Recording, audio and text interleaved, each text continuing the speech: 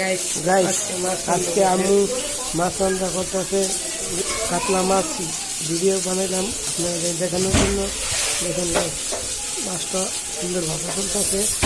এখন আরেকটা জিনিস দেখে গেছে আপনারা, ডিম আলু তরকারি যে দেখতেছেন আলু দিতেছে। দেখেন মাছ আছে, ডিমের তরকারি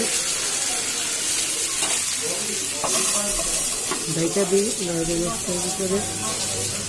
দিয়ে মাছের মাথাটা দেখেন, মাছের মাথাটা দেখেন ভাজা হইতেছে, মাছ উঠে গেছে। মাছটা উঠে করে ঢাকা দিব। এখন এই তরকারিটা লাগতেছে লাগুক, আমরা দেখি যে কতক্ষণ লাগে লাগা শেষ। মাছটা আরেকবার দেখি। এখন এই যে ডিম, কারণ নাঙ্গল আম্মু আব্বু খাবো হলো মাছ আর আমরা খাবো ডিম, কারণ আমাদের গলায় ব্যথা খাওয়া যায় না, তাই আমরা ডিম খাইতেছি।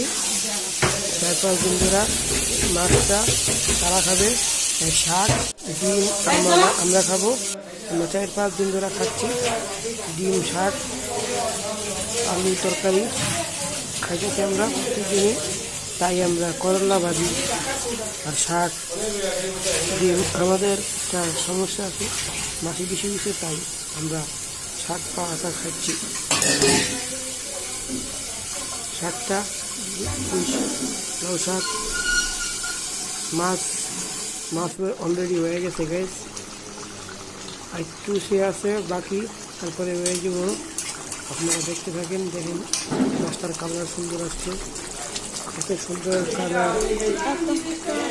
সুন্দর কালার দেখা আমার নিজেরও অনেক লোভ লাগতেছে।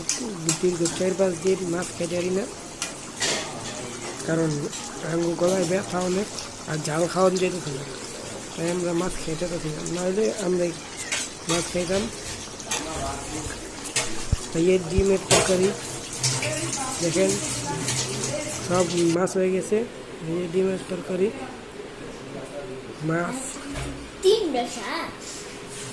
করলা ভাজি, লাউ শাক। আসসালামু আলাইকুম গাইস।